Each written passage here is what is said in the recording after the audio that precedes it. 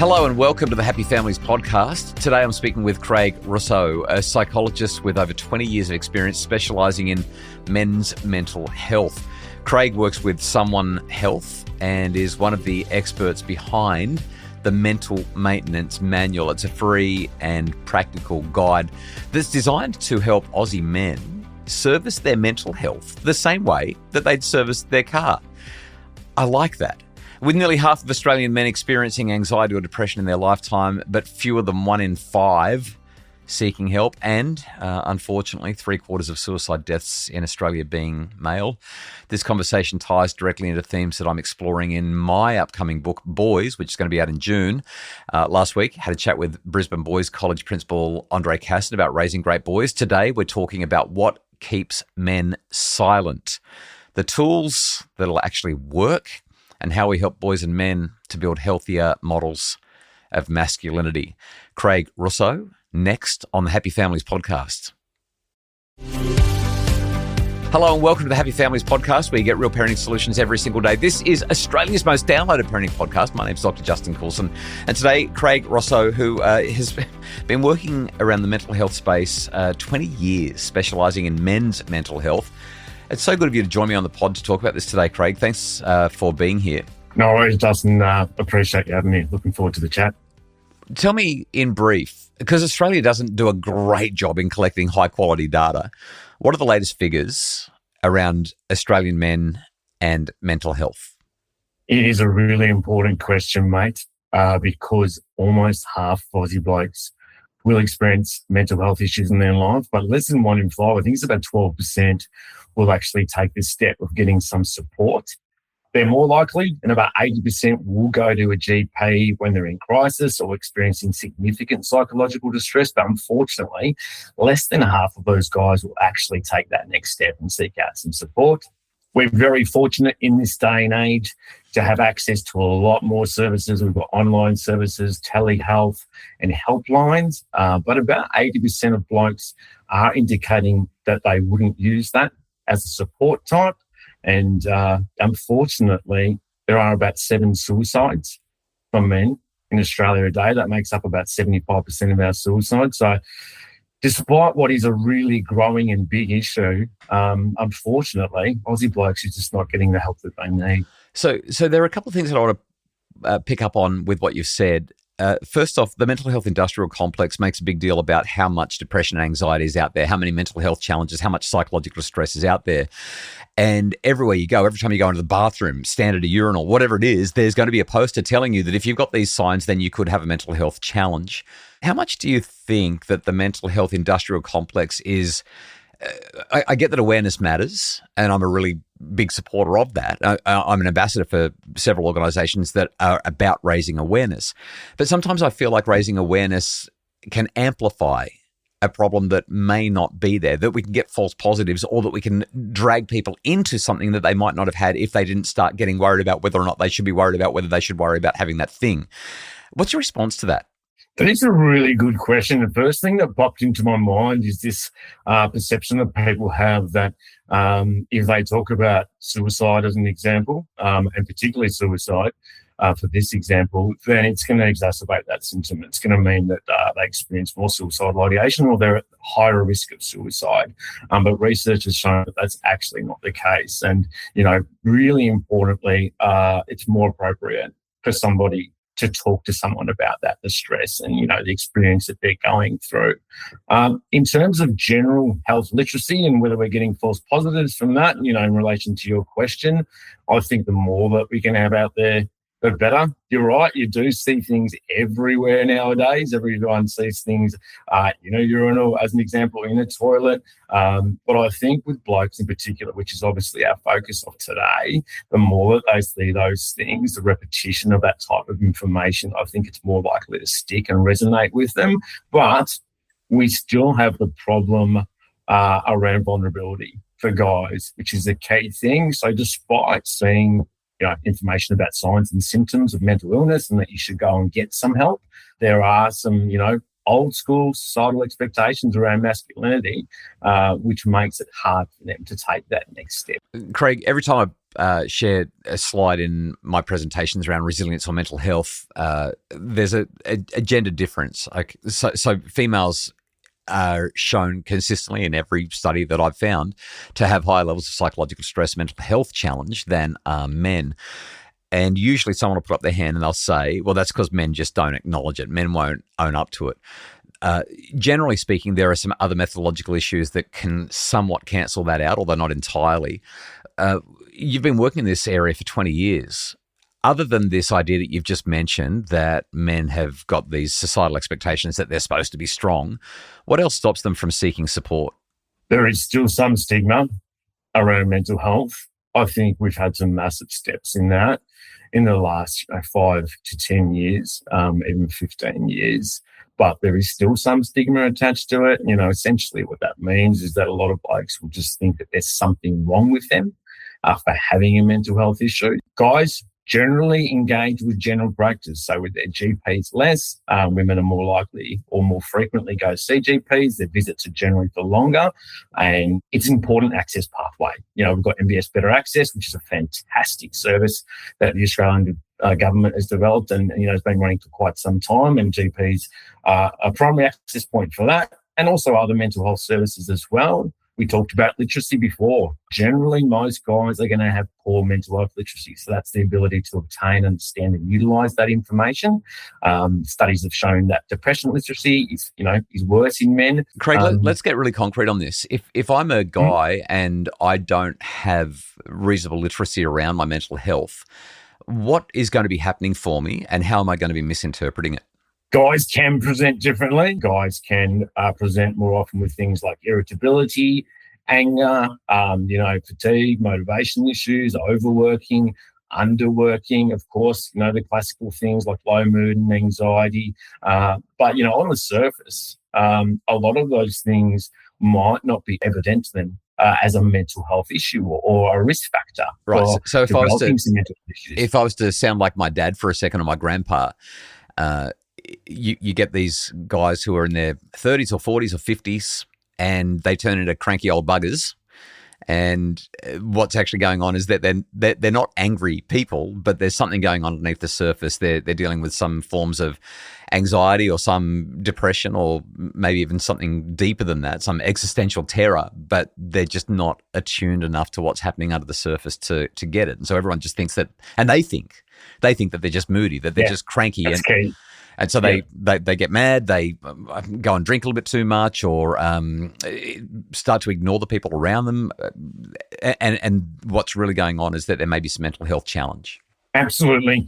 A lot of boys and guys will often externalise mental health issues, and anger and irritability being, a very obvious one that you were talking about then. Or engaged in risky or dangerous behaviour, like, driving fast or using, alcohol or other substances. And you're right, it's just not clear to them what is under the surface. So very often that, irritability or anger can be an expression of, I'm feeling unsafe, I'm feeling very anxious, I'm feeling very low. And they are unable to tap into what's going on underneath. And, for that reason, for them and the people around them, it might not be really evident that what is going on underneath the surface. So a really tricky question, maybe quite nuanced, and could even be a hard one to answer. But to what extent is a guy who is angry or, like you said, externalizing, doing things that aren't necessarily going to be considered pro-social and considerate of others, to what extent is that somebody who's just choosing not to regulate and choosing to be a bit of a, well, I don't want to sound too horrible, but be a bit of a pig, versus somebody who's dealing with a genuine mental health challenge? Like there are some people who are just angry people. They just choose not to regulate. They don't have a mental health condition or problem. They're just in their own little world, and they're not thinking about the people around them. And then there are other people who are genuinely struggling with depression and grief and anxiety and other things. How do you disentangle the two? That's a good question and a tricky one. And I think you untangle that through dialogue with another person. whether that's a loved one, a family member, a friend, or whether you seek professional support. You can really work through the layers and have a really good discussion about what's going on for them and potentially the reasons for why it might be going on. And that involves discussions, really importantly, right back to your family of origin, where you can really get below many layers of what's happened to them over the journey and, get to the core of why, as an example, they might be feeling angry or irritable or acting out aggressively in their life. We're back with more from Craig Russouw after the break.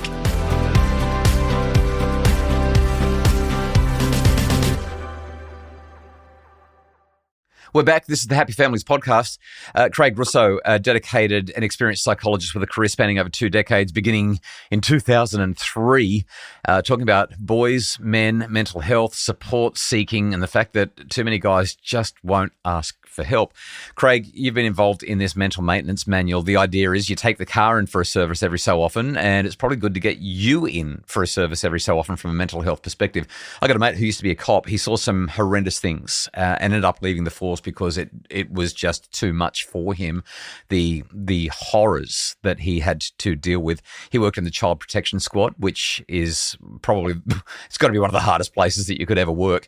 Absolutely. And we were on a bike ride one time having a good conversation when he said to me that he goes and sees a psychologist every 3-4 months, even though things are fine, because he just wants to stay on top of, he called it maintenance mode. I don't have anything going on. I don't need to see the psych, but I just call on every 3 or 4 months. I've got that standing appointment because I want to keep the maintenance up to date. Tell us a bit about your mental maintenance manual and this idea of servicing your mental health the way you service a car. Yeah, so the team at Someone Health are encouraging guys to treat their mental health in the same way that they might treat taking care of their physical health, taking care of their car, or taking care of their garden, with small and consistent steps around mental health maintenance. And, the guide goes over things like identifying stressors and triggers, skills for building resilience and skills for identifying signs of mental health problems, hopefully to prevent the onset of more significant issues or the exacerbation of things that you might already have going on. Some of the things that are really key from the manual include rewarding activities. So I can't tell you how many times I've talked with guys and, asked them, what are you doing for yourself? What do you enjoy? And they'll say nothing or very little. It's really hard to have a good experience or positive or happy experience of your life if you're not doing things that you find rewarding. So really, whatever works for you, little snippets, over the week, that might be hunting, might be fishing, might be arts and craft. At the end of the day, it's what about you enjoy and trying to incorporate that in. The good old-fashioned 7 to 9 hours sleep is strangely really underrated. And I've got to admit, I'm not fantastic with that, but that really does help as well, as does having a generally good diet. So eating clean and healthy for the most part, noting that, you're going to eat those treats and things that you like or have your cheat meal. However you describe it, I still think that's really important to have those things. And for blokes in particular, but really this does apply to everybody, true face-to-face social connection. So us guys are pretty hopeless at picking up a phone and having a chat to someone else about what's going on. We do need something to connect us very often. And, those could be activities like the ones I've mentioned before. It could be going out for a meal. It could be going for a fish with a mate. They provide us with that platform where, we can start to tease out some dialogue and we can support each other. So those are some of the things that are in the manual. And there's other tips and tricks in there as well. And again, the thing is being, consistent and doing things as often as you can, but to not be harsh to yourself if you fall off the horse and you have a few bad days or a bad week. The idea is just to get back on. Don't beat yourself up about it, but really try and have these key and consistent parts to maintain. I recall seeing the mental maintenance manual a little while back and just thinking, this is so smart. I really enjoy it. I received some stuff in the post that sort of showed me how it all worked, and it just fit so well. I haven't heard of Someone Health before. Let's just make this absolutely blatant. You guys got in touch because you wanted people to know what Someone Health is so that we can make make care more accessible for people who are not reaching out for support. Give us a 30-second blurb on what Someone Health is and why this matters in terms of Aussie guys, boys, men getting the support that they need. Thanks, Justin.